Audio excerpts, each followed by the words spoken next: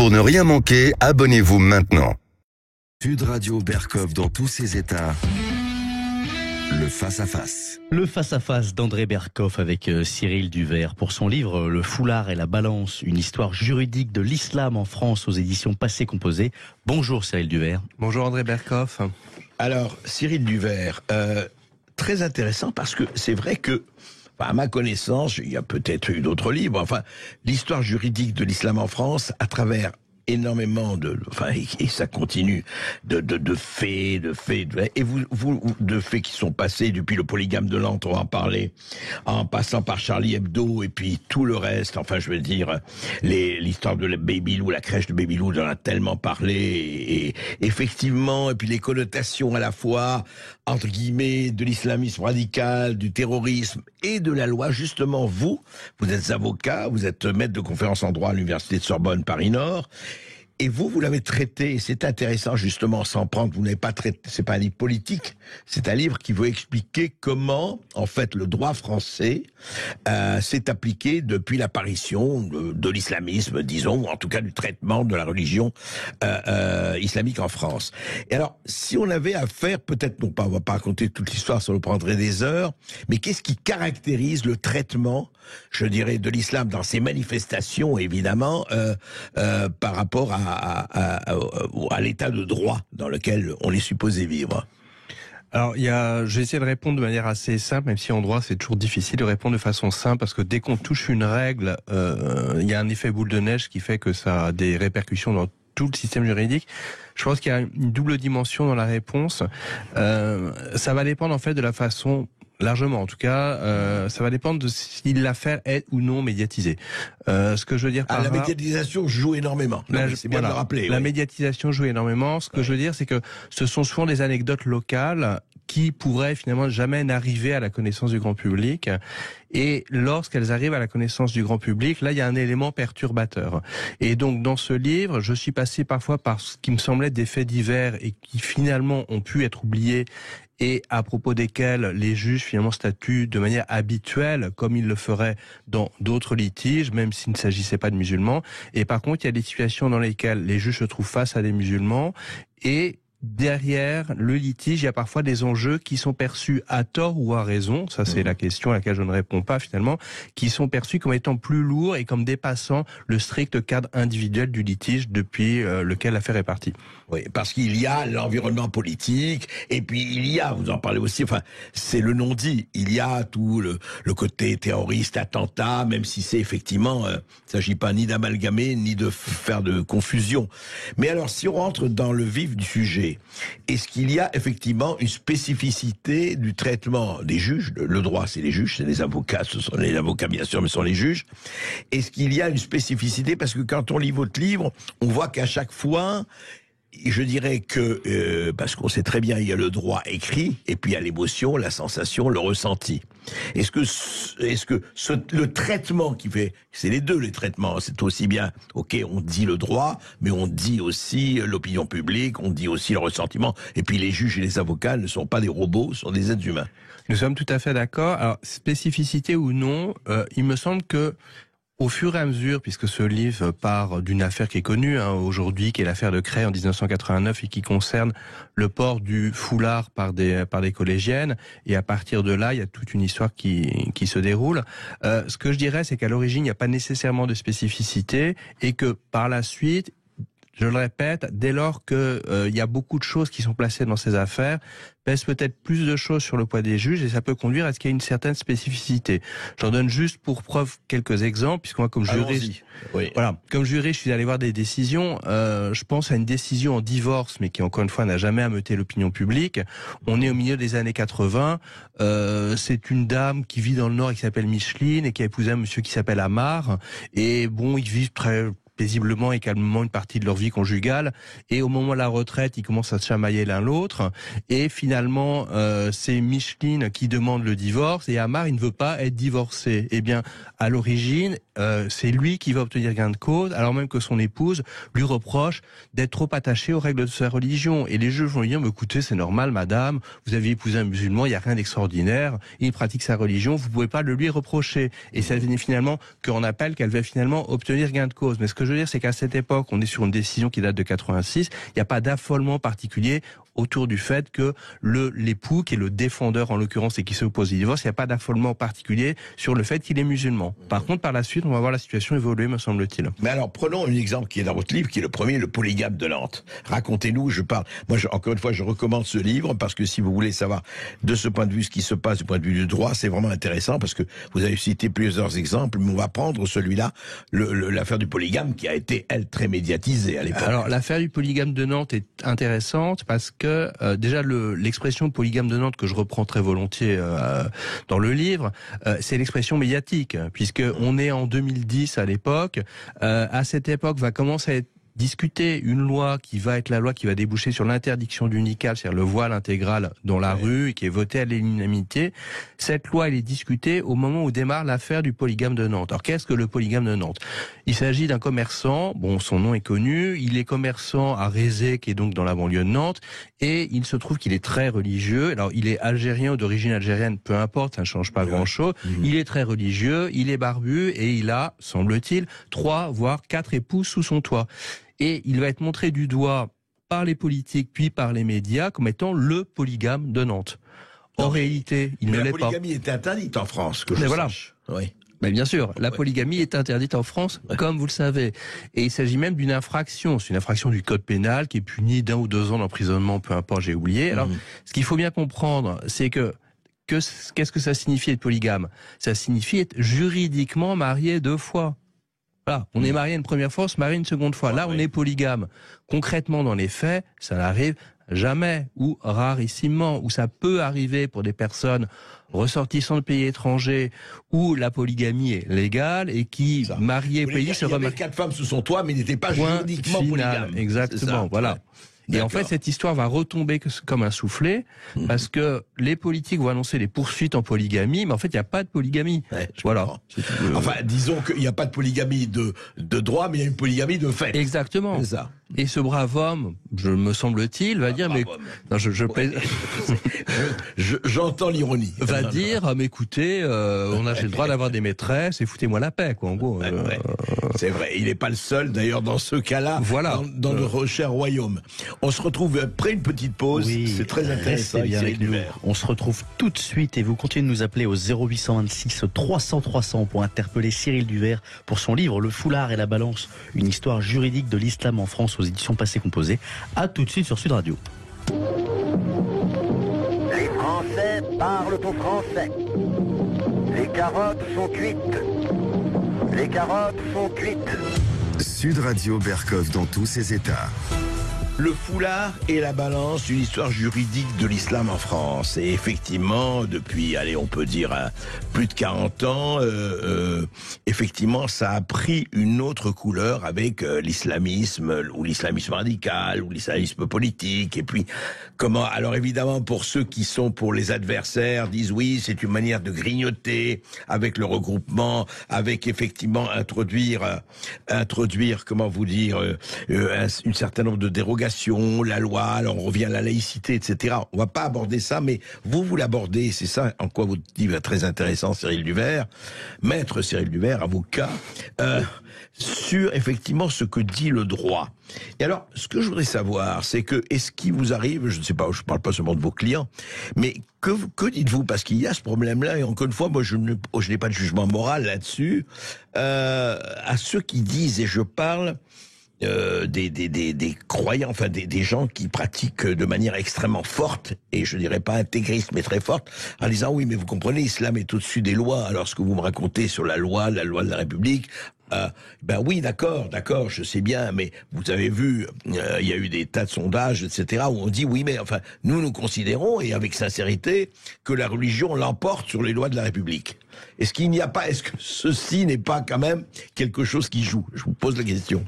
Alors, moi, à titre personnel, malheureusement, je vais vous décevoir, pas grand-chose à dire à ça, puisque je ne suis pas procureur de la République, ni même juge. Je m'intéresse à la façon dont le droit s'applique, encore une fois, à un sujet qui attire beaucoup l'attention. Oui, de fait, cette position peut exister. J'ai tendance à penser qu'elle n'est pas largement majoritaire. Et que par ailleurs on peut la trouver dans d'autres domaines en quelque sorte.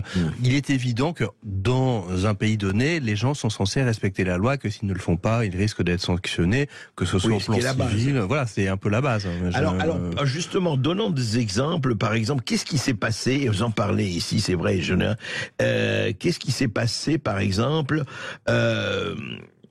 vous, en tant que juriste, dans l'affaire, parce que Charlie Hebdo, qui a été quand même une affaire extrêmement, qui a touché l'opinion pour des tas de raisons, on va pas les détailler ici, mais parlons du droit. Je ne sais pas si vous avez assisté au procès, enfin vous l'avez suivi en tout cas comme tout le monde. Qu'est-ce que l'avocat a à en dire? Qu'est-ce que l'homme de droit a à en dire? Alors l'affaire Charlie Hebdo, il y a deux affaires Charlie Hebdo, comme tout le monde le sait. Il y a une période qui est normale en quelque sorte, qui est en 2007 au moment du procès. Il y a une période qui l'est moins, où des attentats sont commis, et là on est dans une logique criminelle avec des poursuites, etc. Bien sûr. Disons que dans l'affaire de 2007, là ce qui est intéressant pour le juriste que je suis, c'est qu'il y a un traitement judiciaire de ce dossier. Ce que je veux dire, c'est que les musulmans qui s'estiment offensés passent par justement les voies du droit, les voies de la démocratie, les voies de la procédure, en disant voilà, nous on se sent offensés, donc on va se plaindre de cette atteinte à notre sentiment religieux, étant précisé qu'à l'époque il existe un état du droit qui est favorable à la réparation des offenses aux sentiments religieux. Donc ils ne le font pas pour rien. C'était l'état de droit. Alors, disons que il pouvait avoir une oreille attentive. Exactement. En réclamant cela. Exactement. Il pouvait avoir une oreille attentive. En tout cas, c'est ce qu'il pensait, puisqu'on a à l'époque, et ça c'est encore arrivé, même si très marginalement par la suite, à l'époque il y a parfois des décisions qui ont condamné des artistes, des diffuseurs de presse et autres, par exemple pour atteinte aux sentiments religieux des catholiques ou des chrétiens. Je pense à une affaire dont on se souvient sans doute pas, mais le film de Milos Forman, un film de Larry Flint, qui était sur le roi du porno aux États-Unis, et qui présentait une affiche, on le voyait crucifié entre les cuisses d'une jeune femme. Bref, ça avait donné lieu à des actions d'associations catholiques, ou se disant catholiques, c'est une des questions, et donnait lieu parfois à des décisions de justice. Donc ils pensaient pouvoir avoir une oreille favorable. Néanmoins, la difficulté qui va se présenter pour eux, il y a une double difficulté, la question de la représentativité des personnes qui agissent, qui sera peu discutée, mais qui peut l'être dans ce type de dossier. Et en l'occurrence, on avait la mosquée de Paris, etc. Ce sera peu discuté, mais ça peut l'être parce que... Quand vous dites représentativité, c'est-à-dire qui représente qui c'est ça. Concrètement, et il faut avoir... Quelle est la légitimité qu'il faut avoir pour être représentatif? La question dans ce type de contentieux, je répète, la protection de la sensibilité religieuse, c'est savoir si les gens qui agissent en justice peuvent légitimement prétendre représenter l'ensemble des croyants. Non mais c'est intéressant, moi étant pas homme de droit, si je suis musulman et que je me sens lésé, même si je ne représente pas l'ensemble des croyants, je représente ma sensibilité. Oui, mais il y a peu de chances que vous alliez faire un procès, puisque c'est compliqué, un procès c'est coûteux, ça demande de l'énergie, et c'est la difficulté dans ce type de contentieux, puisqu'en fait, il y a tous ceux qui se fichent complètement de ce qui est présenté comme une atteinte, et ceux-là, on ne les entend pas évidemment, et il y a ceux qui peut-être individuellement s'estiment blessés par les caricatures en l'occurrence, mais qui évidemment n'iront pas engager un procès. Donc lorsqu'une association se présente, déjà une première question se pose, qui est de savoir celle de leur représentativité. Dans Charlie Hebdo, la question n'a pas été discutée. Mais après, il y a la question de ce que les juristes appellent le fond, c'est-à-dire vraiment le litige en cause. Et ce qui s'est passé dans cette affaire, c'est que c'est bien, c'était extrêmement médiatisé, et on comprend pourquoi, bien entendu, avec néanmoins au point qu'on a des candidats à l'élection présidentielle qui se présentent quand même à la barre à l'époque pour témoigner en faveur de Charlie Hebdo et ainsi de suite. Donc on sent quand même un certain poids sur les épaules du tribunal. Vous parlez de premier procès, ça hein? Là je parle du premier procès. D'accord. Du premier procès. Bien sûr. Mais quoi qu'il en soit, la décision au final sera de dire, certes, les caricatures peuvent être blessantes. Alors le tribunal est très précis, il distingue 3 caricatures, certaines sont plus ou moins blessantes, je rentre pas dans les détails. Et le tribunal, puis la cour d'appel vont dire, certes, ça peut être blessant, mais d'une part, ça n'est pas une incitation à la haine contre les musulmans puisqu'il s'agit en fait de dénoncer les dérives de l'islamisme. Ça, c'est un premier point de motivation. Et un second point consiste à dire que ça participe d'un débat d'intérêt général, justement, sur les dites dérives de l'islamisme. D'accord. Et après, il y a eu l'épisode évidemment du massacre des journalistes. Enfin, et là, ça a évidemment changé. On l'a vu avec le procès. Alors, je voudrais, parce que c'est intéressant, vous parlez, c'est qu'il y a l'intérêt du livre, c'est que vous racontez vraiment des situations très diverses, et c'est vrai qu'à chaque fois ça pose problème, et évidemment ça dépend de quel point de vue on se met, et là le droit, hein, est-ce qu'il doit changer ou pas. Et Babylou, je voudrais que vous parliez de la fameuse crèche Babylou et de l'accompagnement par la femme voilée, enfin la nounou voilée, comme vous dites. Oui, alors l'affaire Babylou est intéressante parce que moi, ce que je trouve intéressant dans l'affaire Babylou, c'est que c'est un marathon judiciaire vraiment très très impressionnant. C'est-à-dire que l'affaire va durer presque 6 ou 7 ans. C'est-à-dire entre le licenciement de la nounou et la décision définitive, ça va durer 5 ou 6 ans. 5 ou 6 ans, ouais. C'est énorme. Ouais. Ouais, c'est énorme. Ouais. Et ça va occuper l'opinion, pas à toutes les étapes de la procédure, mais à certaines étapes. Ça, c'est un premier point qui est assez intéressant, c'est assez exceptionnel, je trouve. L'autre point intéressant à souligner, c'est que il y a une distinction qui est importante pour les juristes, c'est qu'il y a la question du droit privé et du droit public. Très schématiquement, il y a les questions de droit privé sont en entreprise, par exemple. On est dans une relation de droit privé. On a une entreprise privée et un salarié. Oui, là, c'est une entreprise privée. Ouais, et là, c'est une entreprise privée. Voilà. C'est une entreprise privée, alors, qui certes rend un service qui peut ressembler à un service public, mais qui n'en est officiellement pas un. C'est une crèche. C'est-à-dire, c'est une entreprise privée qui propose un service de nounou. Or, dans ce cadre, l'employeur et les personnes qui vont s'intéresser à l'affaire et qui vont prendre fait et cause pour l'employeur vont chercher à faire consacrer par la Cour de cassation le fait qu'une entreprise privée pourrait imposer une obligation de laïcité à ses salariés. Ce qui pose question. Alors attendez, alors là je parlais à l'avocat, ça m'intéresse, parce que dans cette affaire, je me suis posé la question. Puisque c'est une entreprise privée, le chef d'entreprise a le droit, effectivement, alors est-ce que le droit répond en disant, écoutez, moi, est-ce que c'est une discrimination s'il dit, dans l'état actuel présent de la loi en France, écoutez, moi, je veux pas une femme voilée dans mon entreprise, même celle qui accompagne, etc. Est-ce qu'en tant que chef d'entreprise, il a le droit de dire, moi, je ne, au nom de la laïcité, s'il veut, ou autre, il a le droit, ou le droit est contre lui de ce point de vue-là? Alors, est-ce que vous posez la question pour aujourd'hui ou à l'époque? Parce que ça a changé entre-temps, bien entendu. Justement, mais à l'époque. Ouais, alors à l'époque, pas vraiment. Pourquoi? Parce que comme j'ai déjà... Là, vous employez le mot de laïcité. Ce qu'on va voir par la suite, c'est qu'en fait, va être introduite cette notion de neutralité qui, à mon sens, est un substitut à la laïcité. Mais à l'époque, si on prend l'affaire Babylou, il y a quelque chose dans l'entreprise que tout le monde connaît, qui est le règlement intérieur. Qu'est-ce que le règlement intérieur? C'est ce que le chef d'entreprise peut imposer à ses salariés. Oui.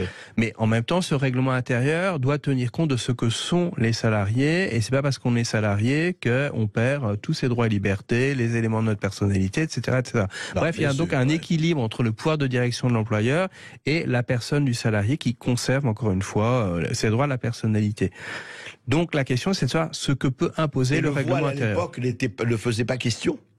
Le voile à l'époque fait déjà question. Oui. Il y a une décision qui est connue à l'époque et à la fin des années 90, au début 2000, et qui concerne une salariée on dirait un centre d'appel. On parlait de marketing téléphonique à l'époque.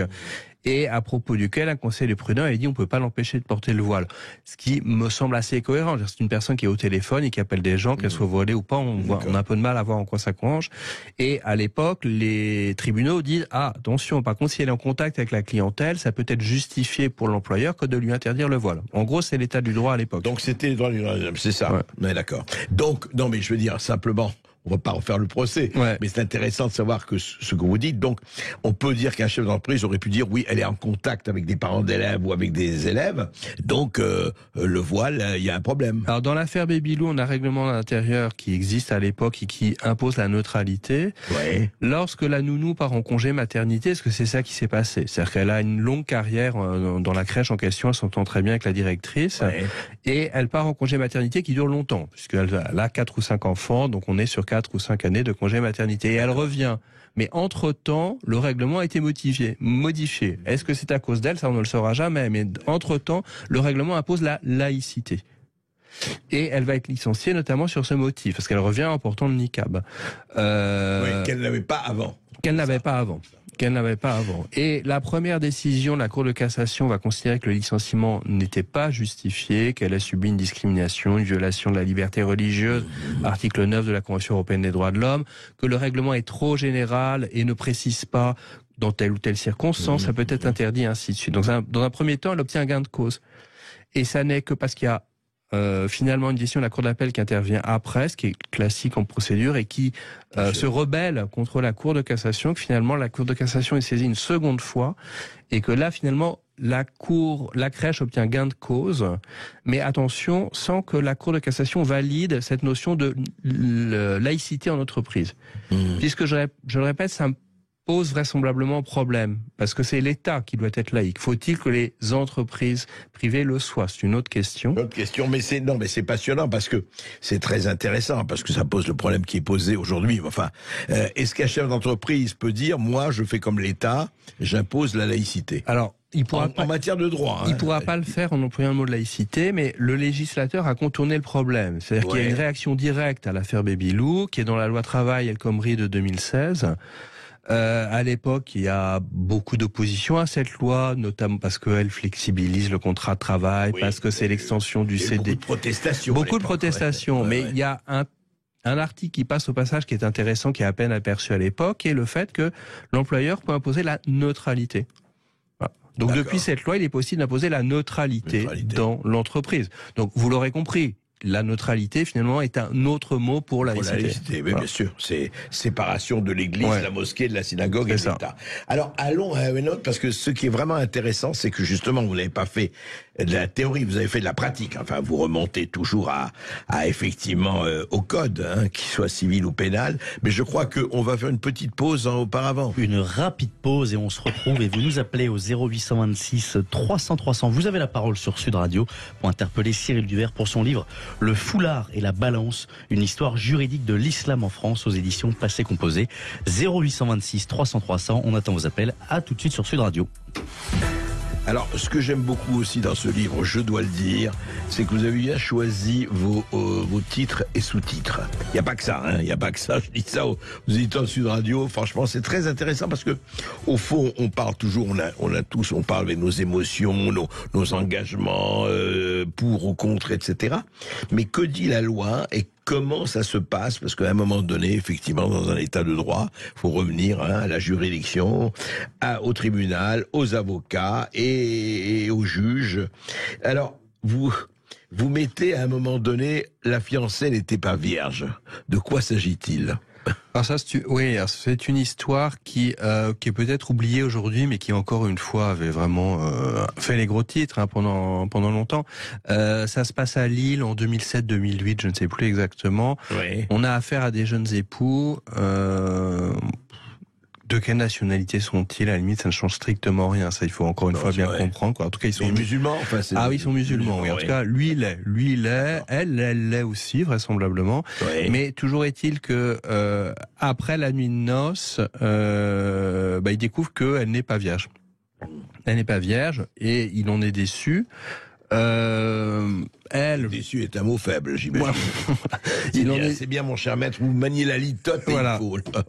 Il en est déçu, donc, et là, il y a une chose à bien comprendre. C'est que finalement, et c'est ce qu'on ne sait pas dans cette histoire, et ce qu'on ne sait pas peut être important également. Ce que je veux dire, c'est qu'à partir de là, ils avaient deux options. Ils pouvaient demander le divorce, ils pouvaient attendre, ils pouvaient aller vivre séparément, demander le divorce au bout de quelques temps, etc. Mais c'est pas la voie qu'ils choisissent. Et j'entends que c'était peut-être pas le plus facile. Et du coup, ils choisissent une autre voie qui est l'annulation du mariage. Or, les causes d'annulation du mariage sont assez restrictives, et parmi ces causes d'annulation du mariage, parce que sans quoi tout le monde annulerait son mariage dès qu'il n'est pas content, quoi, plutôt que de passer par une procédure en divorce. On divorce pas, on annule. On annule, c'est plus simple et plus rapide. D'accord. Donc c'est ce qu'ils choisissent. Ils choisissent la voie de l'annulation du mariage, et parmi les causes de l'annulation du mariage, il y a ce qu'on appelle l'erreur, comme dans les contrats. dans les contrats, dans tout, parce que c'est un contrat, là. Un contrat, vous pensez avoir acheté une Toyota et on vous livre une Renault, je parle même pas de tromperie, il y a eu erreur, vous êtes trompé, vous pouvez faire annuler le contrat. Ben là, c'est pareil, ils vont invoquer l'erreur. La question qui se pose, c'est de savoir quel type d'erreur peut être invoquée, et là, il s'agit que la jurisprudence s'appelle l'erreur sur les qualités de la personne.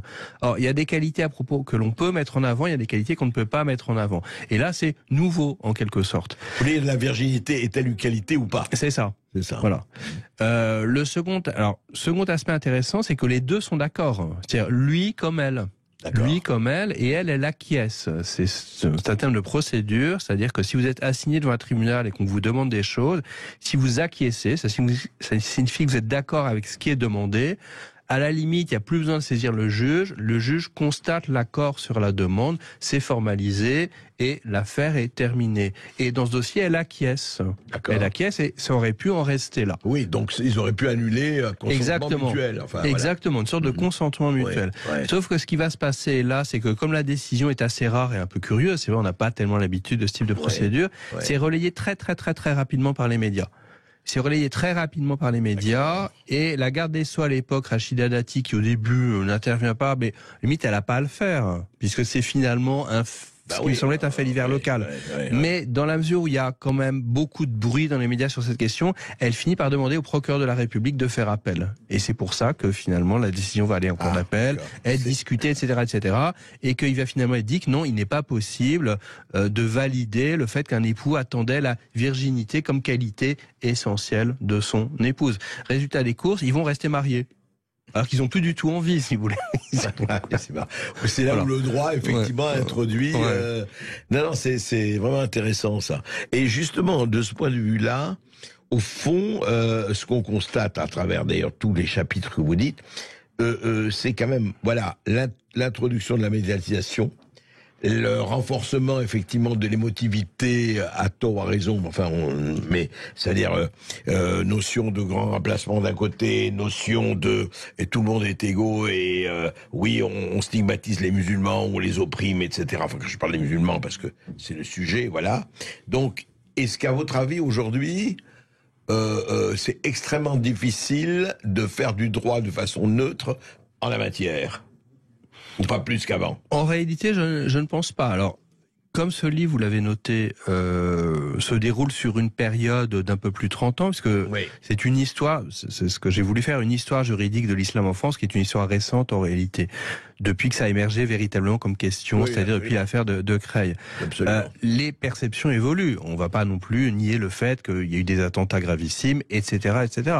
En 89, néanmoins, on ne parle pas véritablement d'islamisme. C'est beaucoup plus récent le fait de parler d'islamisme. Ceci étant précisé, il y a toute une foule du contentieux qui ne pose pas de problème particulier. Des juges ont affaire à des justiciables comme les autres. Dans une partie du contentieux. Parfois, il y a des demandes un peu plus extraordinaires et qui ont l'air de sortir de la norme et du coup, l'appréciation devient peut-être un peu plus compliquée ou difficile et il y a également parfois des questions inédites. Mais voilà, on ne peut pas affirmer que c'est 100% exceptionnel, pas plus qu'on ne peut dire que c'est 100% ordinaire. On est un petit peu entre les deux. Ordinaire, absolument. On est entre les deux, en fait. Et dites-moi, est-ce qu'il y a en France, moi c'est une question... C'est pas dans votre livre, mais enfin, c'est l'avocat. Est-ce que vous savez qu'aujourd'hui, il y a en Angleterre des tribunaux qui jugent selon la charia, des tribunaux islamiques. Est-ce que ça existe en France ou pas? Parce que je me suis laissé dire que ça existe. Attention, qu'ils n'ont pas les mêmes pouvoirs, mais que ça existait ou pas à votre connaissance? Ah bah non. Je préfère répondre tout à fait franchement. Je pense qu'il y a un aspect un peu fantasmatique dans cette manière de présenter les choses, dire qu'il y a des tribunaux islamiques. Parce qu'il y en a en Grande-Bretagne. Alors, moi, encore une fois, je resterai prudent. Pourquoi pas? Ce que je veux dire, c'est que le fait qu'une affaire... Alors ça peut être une affaire familiale, ça peut être une affaire de commerce. Souvent, ce sera une affaire familiale. Le fait que toute une famille se mêle de la situation d'un jeune couple. Oui, ça, ce sont les choses qui arrivent. Bien sûr. Ce sont des choses qui arrivent. Bien sûr. Le fait qu'en cas de violence conjugale, il y ait des pressions sur les unes, les uns, les autres et compagnie pour retirer une plainte. Pourquoi pas? Ça, ce sont des choses qui arrivent. Est-ce que pour autant il faut parler de tribunal islamique? Bien sûr que non. Non, voilà, c'est pas la même chose. On est bien d'accord. Oui, qu'il y ait l'influence de la communauté ou de la famille, exactement, du cercle ou du quartier. Exactement. Enfin, En tout cas, voilà, il n'y a pas de tribunaux islamiques en France, quoi. Et alors, vous finissez par, je dis ça parce que l'islam ingouvernable avec un point d'interrogation. C'est presque votre conclusion, je veux dire. Alors, et je me prononce pas complètement. En fait, pourquoi cette expression parce que, à mon sens, il y a une volonté du politique, des pouvoirs publics, de gouverner l'islam. Ça me semble assez évident, et de différentes façons. Ça peut être par la négociation locale, lorsqu'il y a des enjeux électoraux. Voilà, je te subventionne, je te subventionne pas, bon, etc., etc. Là, on est dans l'art de gouverner. Et après, puis, non, je te subventionne, et j'accepte certaines conditions que tu me donnes, quoi. Bien sûr. Bien sûr, mais là c'est de la politique locale, et il y a cette volonté de gouverner l'islam, avec cette marotte, si vous voulez, des pouvoirs publics, et de vouloir avoir un interlocuteur officiel. Bon, on a vu que ça marchait pas tellement. Donc il y a cet aspect-là, il y a la volonté d'organiser l'islam de France, etc., etc. Et il y a une volonté de gouverner l'islam par le droit, me semble-t-il. Pourquoi est-ce que je pose la question? Parce que finalement la question c'est savoir, est-ce que c'est légitime et nécessaire en réalité? Et toute la question est de savoir s'il faut envisager l'islam comme un bloc ou comme une collection d'individus qui sont différents les uns des autres. Oui. En fait, il y a la collection d'individus et il y a, comme dans toute religion, l'idéologie, la doctrine. C'est pour ça que c'est très compliqué. En tout cas, votre livre donne énormément d'exemples et c'est pour ça que je le recommande. Lisez-le parce que ça, voilà, c'est la réalité. Qu'on s'en réjouisse ou qu'on le déplore, c'est la réalité de la France d'aujourd'hui, vue à travers. C'est pour ça que votre livre est intéressant, l'angle de l'avocat, l'angle du droit en fait, vous aurez tome 2 et tome 3 à écrire bientôt. Peut-être. Je l'espère. Merci en tout cas. Merci beaucoup, chers auditeurs, d'être toujours aussi nombreux à nous écouter. Et merci à Cyril Duvert pour son livre Le Foulard et la Balance, une histoire juridique de l'islam en France aux éditions Passé Composé. Tout de suite, l'émission de Brigitte Lahaye. À tout de suite sur Sud Radio.